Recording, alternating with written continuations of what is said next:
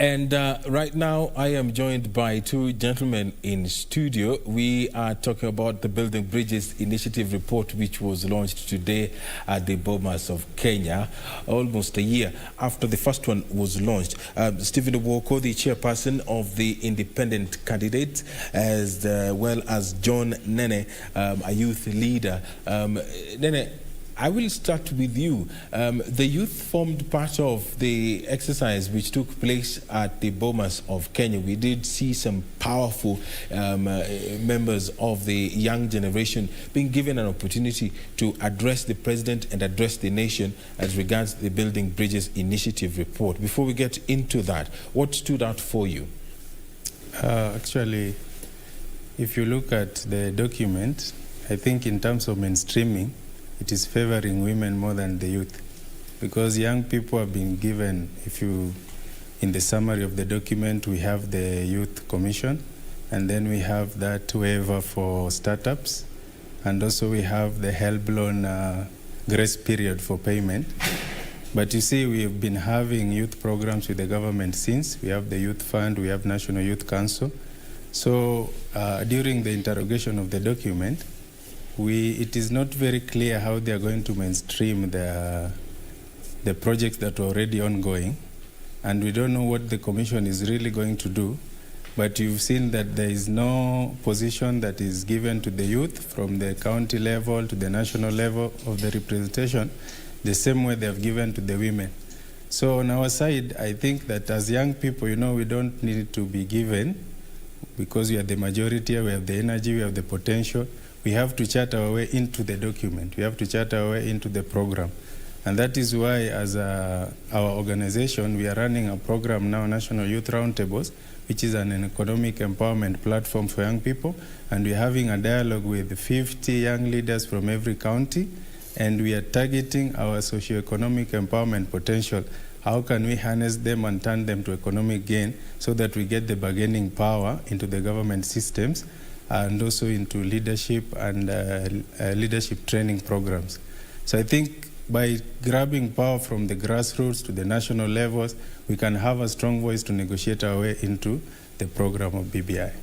But the question is, how many youth see this as an opportunity? Because over the last years, I'll use the 2017 general election as an example.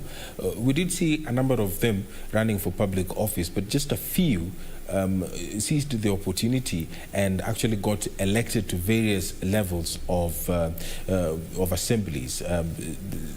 We did see MCAs as well. We have seen some young senators being elected, as well as members of the National Assembly.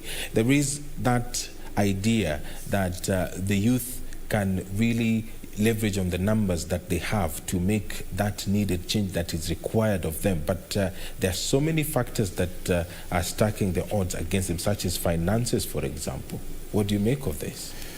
Actually, the biggest obstacle for young people, one is resources. If the political scenario right now requires a lot of resources for you to get into any position of leadership. As young people, we want to mobilize ourselves, strengthen ourselves economically. We want to get into programs that can train us so that we can get out there. We want to get into the programs of exposure, show our talents and potential so that we can get connections and support, financial support to take up these positions. If you look at the program that we're coming up with now, the National Youth Roundtables, we have segregated areas where youth are going to have strong voices, like digital economy, sports, youth sports and talents. We have agribusiness and climate change. We have general entrepreneurship and social enterprises. And then we have a program on leadership and governance.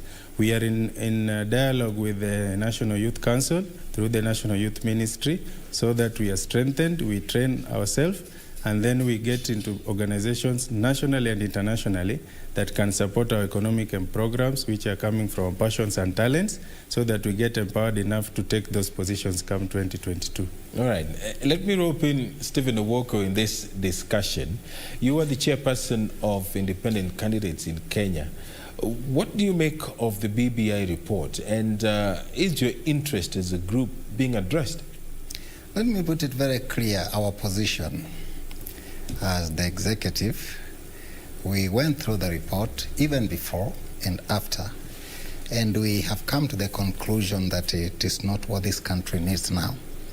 And when the time comes to campaign, we are going to campaign against it. So in its totality, we have rejected it. Whatever it is in there is meant for political purposes, but not for the sake of the Kenyans. And whatever is being put there is just a window dressing and selling points. And most of the things that are captured, we have the institutions that deal with them. So as the independent candidate, we are saying it is not good for the country and we'll campaign against it. So what are these areas that you're talking about? Because before you go out there telling Kenyans to reject this process, you must have tangible evidence or points of argument that A, B, and C is not what is needed, and perhaps we just need to look back to the constitution that was enacted in 2010. What are these areas? And let me not just, because time will not allow for me to just give us two. But let me put it this way, very clear. As the president didn't put it, that there are two main agendas. One was inclusivity, and two of governance or unity. So at the end of the day, all that is put in this document leads to two things. One is about expanding the executive so that certain groups or certain individuals may be in government, and so that to achieve what we call unity. But as you look, you have to analyze the way we analyze with my team, through history, spiritually, and through critical thinking. We found out that BBI was born as a result of the handshake. The handshake was born because of what happened as economical embargo.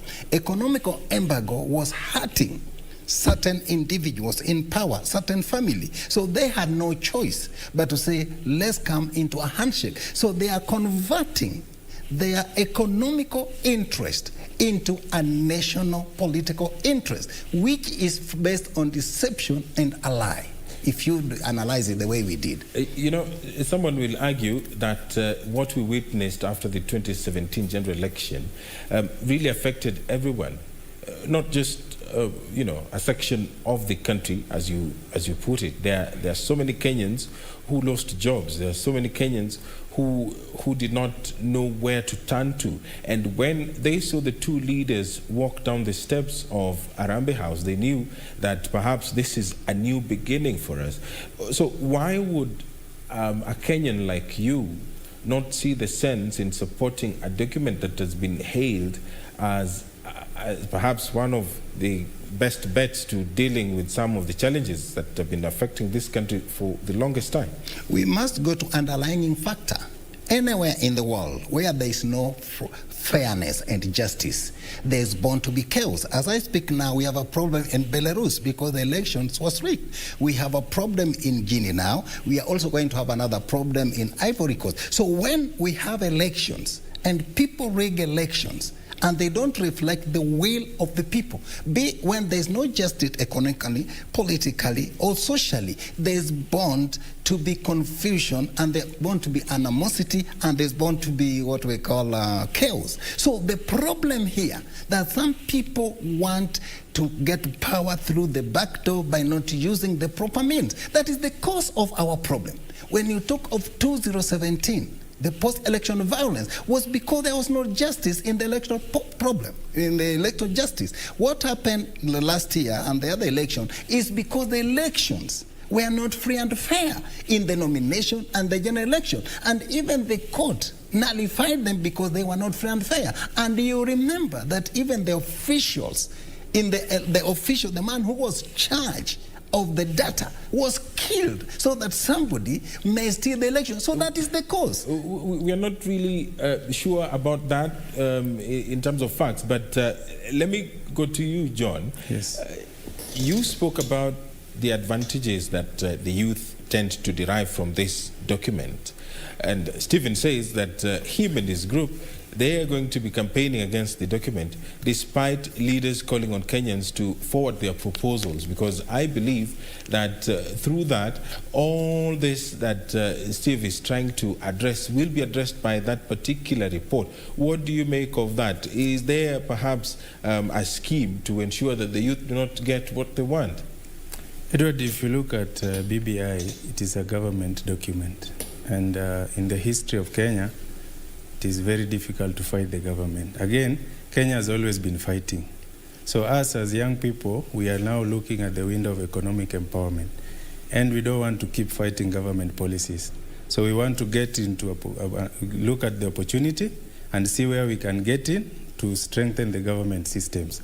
And I believe that if you take the economic angle, people are divided on the political angle, religious angle, all these things. But an economic idea is like boarding a bus. When you're boarding a bus to town, you don't care whose political background is, religious background is, tribal background is. You all just want to get to town and do your business. So if we take the economic angle as young people and we show these our leaders how to change the political scenario through economic empowerment, then I'm sure that we will strengthen the conversation in the country. That is why we have targeted young people and we want to tap into their potential, talent, initiatives, turn it to economic gain, and then see how we strengthen the government policies and move forward. We don't want to keep fighting and to keep lamenting and to keep challenging every government policy. So we will look at what the BBI provides, what is there for us in that commission, how do we plug in economically, strengthen ourselves, and take over the leadership of the country as a generation. You see, this Kenya has had two serious events. That is the first liberation and the second liberation. As a generation, we have to ask ourselves, what is our mission? Our mission is to move this country from a third world to first world. This has to be economic empowerment dialogue. So we will leave the politicians and their interests to continue haggling while we strengthen the economic bloc. And that we will emerge as the strongest group economically. Stephen, yes. He has talked of interest and the politicians. Two questions. What interest do you have? And you have said that you will be talking to Kenyans, telling them to reject this document in totality. What alternative are you going to be bringing to the table? That's very good. We did present our proposals to the steering committee, and there were about 5 proposals, both economical, social politics, and so on. But let me talk about the inclusivity, the way that it is being proposed in the BBI. It is a recipe for chaos, because what they're proposing has happened in other countries. It happened in Congo. It has happened where they had 6 vice presidents. It happened during Mandela and de Klerk. It happened in Mozambique. It happened between Savimbi and Santos. So whatever, when you get people of conflicting ideas and they bring them together for the purposes of unity, in Africa where people have ego and they want power, it never works. And we see even the same thing bringing people together in Southern Sudan. So what we want is where an individual comes, he campaigns, he wins election, free and squarely, and then we held him responsible on the policies that he sold to the people. And then we have a strong opposition that keeps the government on its source on check and balances as a watchdog. But what they're bringing together, if, for example, now, if the president and his vice plus the odium leader, the 3 of them, and cannot even agree, what about if you bring the 5? So the kind of the leadership of unity they're bringing sounds so good, but in reality it has been tested somewhere, it has never worked. So what are you proposing? Because clearly there is going to be an engagement, whether some people like it or not. And the Deputy President did put it across to the country that the document is not perfect. And he has his reservations. You also have your own reservations. So what are you proposing? My proposal is very simple. We decided in the Constitution to go to presidential system. Mm-hmm. We either say we are going to go for parliamentary system or presidential system. But this is something we are calling hybrid.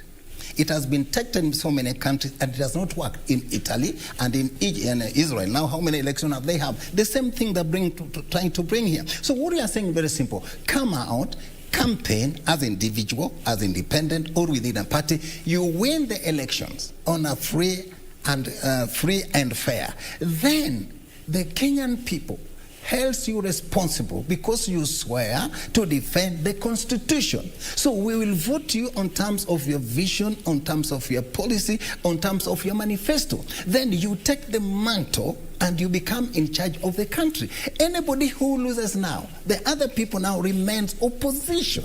So that when we as an individual can hold you accountable. Because here, now whom are we going to blame? Are we going to blame the president, the vice president, or the prime minister? Who?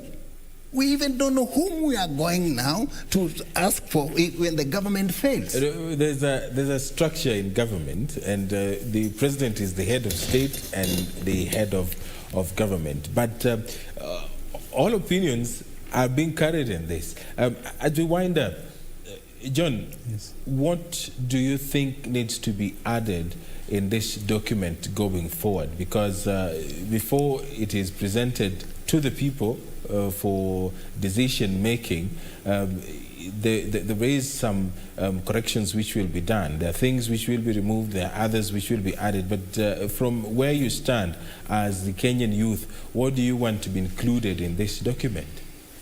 Oh, okay. So, as I said before, as we are looking at the sleeping giant, and in our programs, we have a slogan of "Awaken the Sleeping Giant."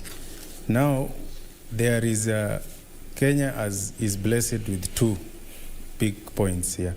We have our human resource base and the natural resource base. So the Kenyan person only knows politics. The political dialogue in the country has taken over the economic dialogue. We want, as young people, to use our talent, we use our passions, and we tap into the economic potential that we have. Another thing that needs to be done, Kenya is not a vacuum. BBI is not coming into a vacuum. We've had documents before. We've had our constitution. Even the youth ministry, we have the youth fund, we have National Youth Council. How are we going to mainstream the old Kenya into the new BBI?